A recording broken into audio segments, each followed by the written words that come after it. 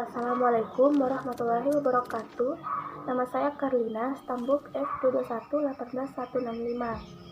Di sini saya akan menjelaskan sedikit mengenai kasus-kasus dalam dekonstruksi arsitektur. Sebelum kita membahas masalah bangunan, saya akan menjelaskan sedikit mengenai apa itu dekonstruksi arsitektur. Dekonstruksi adalah sekolah filsafat di Prancis pada akhir tahun 1960 dan memiliki pengaruh yang kuat terhadap kritisme di Amerika. Penciptanya adalah Jacques Derrida, lahir sebagai respon kompleks terhadap teori dan pergerakan filosofi di abad 20-28. Sedangkan dalam arsitektur dekonstruksi adalah suatu pendekatan terhadap perancangan bangunan dengan mencoba melihat arsitektur dari segi bagian dan potongan. Bentuk dasar arsitektur dirombak semua, bangunannya tidak memiliki unsur logis, bentuknya tidak berhubungan satu sama lain, tidak harmoni, atau biasa disebut abstrak. Nah, ini merupakan foto dari Bapak Jacques Derrida. Beberapa aliran dalam dekonstruksi yang mana dipengaruhi oleh pergerakan masing-masing arsitek. Yang pertama ada fragmentation and discontinuity atau pecahan dan diskontinu. Aliran ini dianut oleh Frank Gehry yang mana memecahkan keseluruhan bentukan menjadi berbagai bagian pecahan dan disejajarkan pecahan-pecahan tadi dengan filsafat seni. Yang kedua ada neokonstruktivisme yang dipelopori oleh Rem Koolhaas dan Omar Inventional. Rotasi dari potongan-potongan yang besar menjadi dekomposisi perspektif yang distorsinya penuh warna. Yang ketiga ada Polis dari Bernard Tschumi. Angan antara late konstruktivis Chekhov estetik dan Kandinsky dekonstruksi Prancis atau Foucault dan Derrida. Ada positif nihilisme yang dianut oleh Peter Eisenman. Eisenman menemukan bahwa representasi itu sendiri merupakan tujuan akhir dari arsitektur. Pengaruh dekonstruksi dalam desain yaitu arsitektur modern seringkali menyebut dirinya sebagai arsitektur yang paling rasional, arsitektur yang memiliki teknologi tinggi, dan arsitektur yang memiliki sistem fungsional yang sempurna sehingga pada waktu itu tidak ada alternatif pemikiran lain dalam arsitektur selain berpikir monoton. Seperti halnya paham fungsional yang dimiliki oleh arsitektur modern. Bangunan yang menggunakan langgam arsitektur dekonstruksi memiliki tampilan yang terkesan tidak masuk akal dan memiliki bentuk abstrak yang kontras melalui permainan bidang dan garis yang simpang siur. Konsep dekonstruksi sendiri terbagi dua. Yang pertama ada konsep dekonstruksi Derridean, yaitu pengaruh Derrida dalam arsitektur seolah mengisi kehampaan makna yang dirasakan para arsitek terhadap arsitektur modern maupun postmodern yang muncul sesudahnya. Pada dasarnya, setiap manusia adalah filsuf yang ingin mendapatkan jawaban atas hal-hal dari apa yang dilakukannya atau dihadapinya. Kemudian yang kedua ada dekonstruksi non-Derridean. Dekonstruksi non-Derridean mencakupi dekonstruksi bentuk dan struktur bangunan yang didasarkan pada konsep-konsep disruption, dislocation, division, dan distortion, sehingga menyebabkan stabilitas, kohesi, dan identitas bentuk-bentuk murni terganggu. Itulah sedikit penjelasan mengenai apa itu dekonstruksi arsitektur. Kemudian kita masuk ke kasus-kasus bangunan dekonstruksi. Yang pertama yaitu Solar Institute Building yang arsiteknya merupakan Günter Bennis, terletak di Jerman.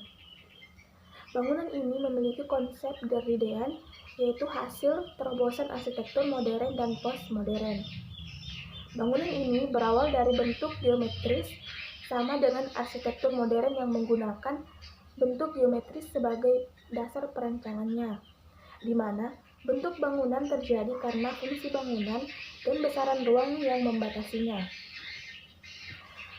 Sama halnya pada bangunan dekonstruksi ini, memang dari bentuk geometris, tapi bentuk geometris tadi diolah lagi sedemikian rupa sehingga menciptakan bentuk yang lebih abstrak.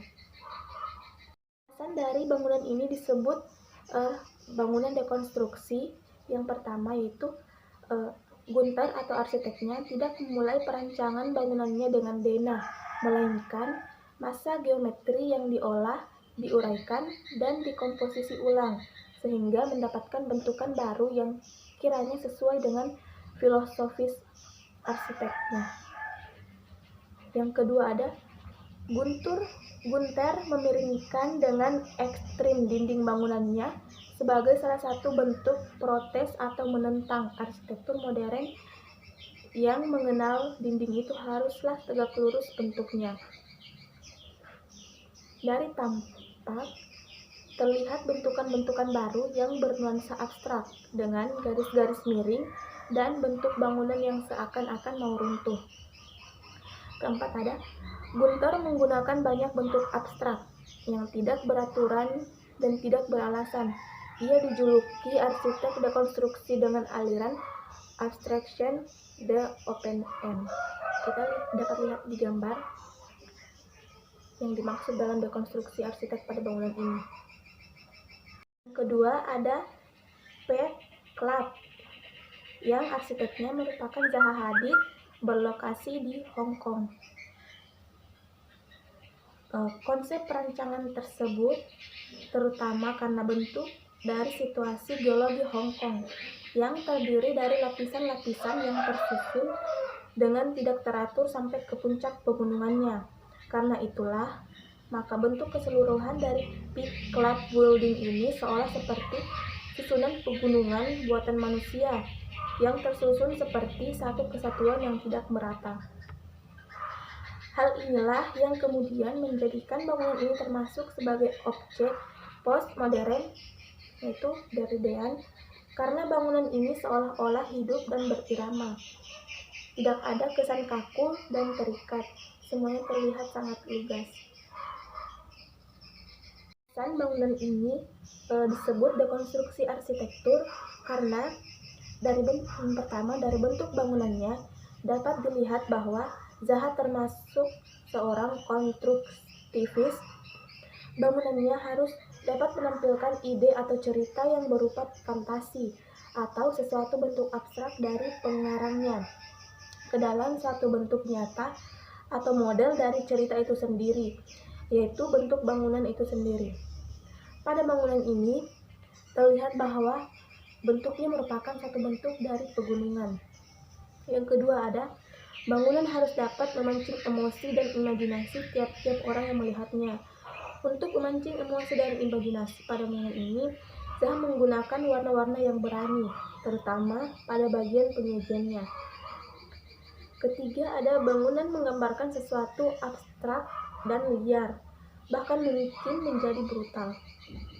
Keempat ada bangunan adalah pemersatu ruang dalam dan ruang luar. Antara bangunan dan ruang sekitar merupakan kesatuan yang utuh dan saling melengkapi.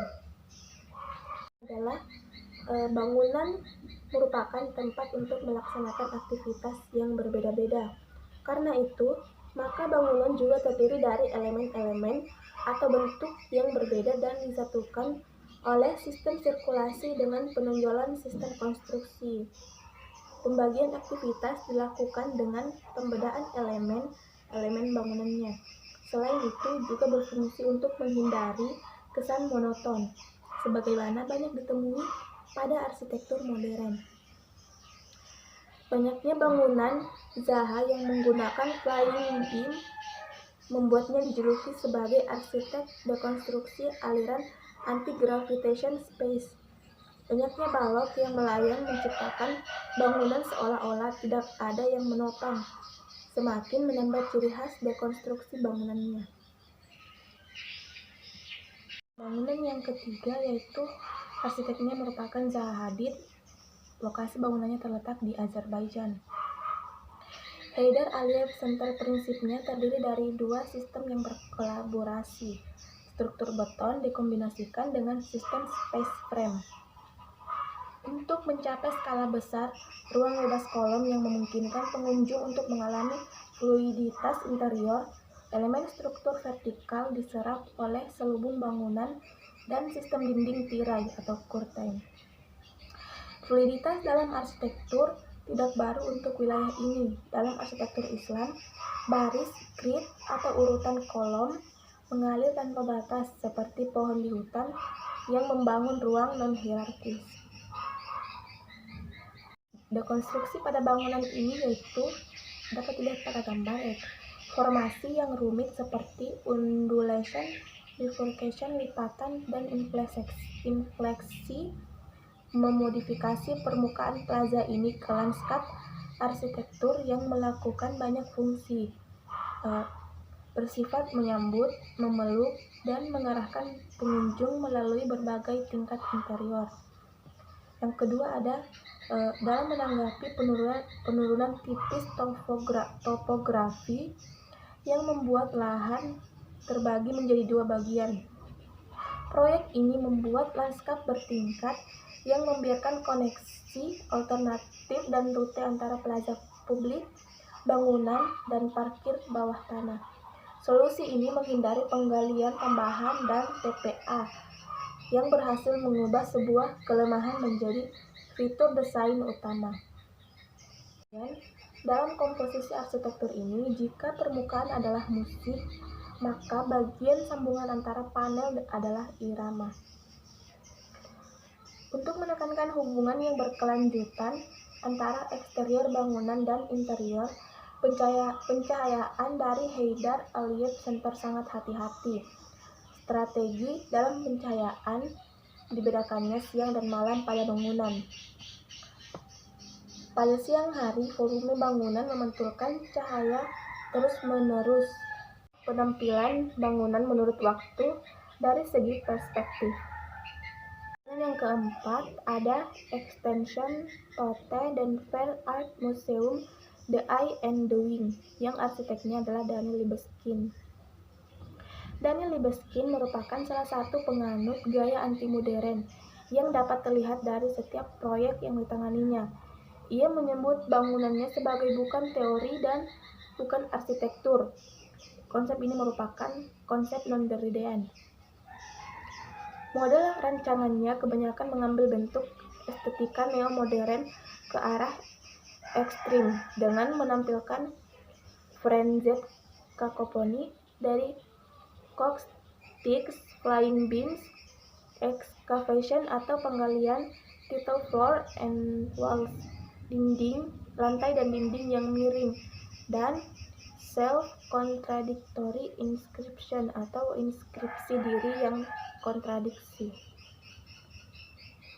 Salah satu bangunan hasil rancangannya ini terlihat pemakaian flying beams karena dari bangunannya sendiri sudah miring dan tidak beraturan.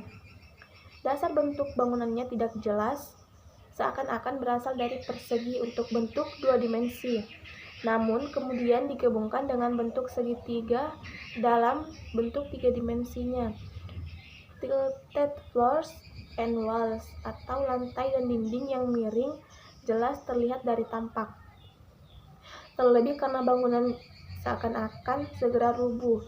Dengan adanya kemiringan-kemiringan tersebut, namun Libeskind berhasil menggabungkan semuanya itu dan menghasilkan bentuk yang memang dinamis dari sebelumnya, tidak dapat ditemukan dalam aliran arsitektur modern.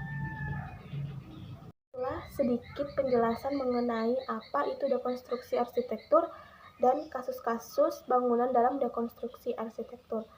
Lebih dan kurangnya mohon dimaafkan. Sekian dan terima kasih. Assalamualaikum warahmatullahi wabarakatuh.